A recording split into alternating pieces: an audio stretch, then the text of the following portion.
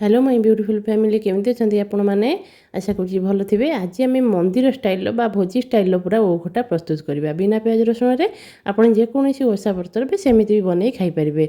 तो से आम ओ को काटिकी लुण देकी सीझेदवा किसी कषा पा बाहरी गले ओटा भल लगे खायापी।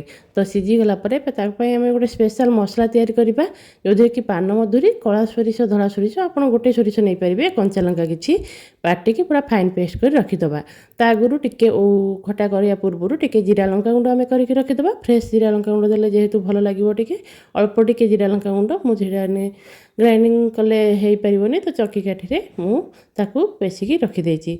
तो आम कढ़ाटी बसैबा कढ़ाटी बसैकी तेल दबा तेल माने बघरा आम पंच फुटण सुखिला लंका भुसुआ पत्र आंब कषिया अदा अदा प्लेन अदा आप जोटा चाहिए देपारे जोटा आप पाखे आवेलेबल थी। आंब कषिया अदा देले टिके बास्ना खटा रुहे अदा भी एमती आप देपारे। तो ताकू आम फुटणटा होगला ओटा जो सीझे रखिथिबा तार कषा पानी काढ़ी देथिबा लुण हल्दी देकी भल भाव में आम टिके ताकू भाजीदबा।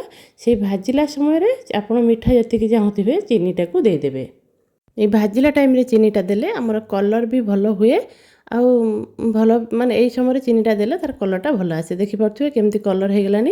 ये कलरटी आसीगला आम जो मसलाटी पेस्ट करके रखिथिबा पान मधुरी आउ सोरिष कंचा लंकार से पेस्टा को यही समय देदेबा। ताकू कषिया किसी दरकार नहीं आम पानी जी दरकार से देकी फुटेबा से फुटेबा छाड़ीदबा।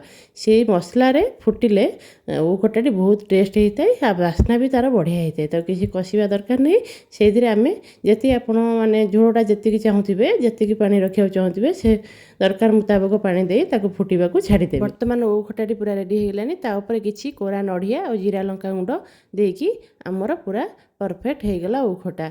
आपड़ एमती निहाती ट्राए करेंगे आउ केमती लगुच मत कमेंट निहाती जनइबे। चैनल को जो सब्सक्राइब करना प्लीज सब्सक्राइब करदे। फेसबुक आउ इंस्टा देखते फॉलो तो निहाती करेंगे। रोजी नमस्कार। जय श्री जगन्नाथ।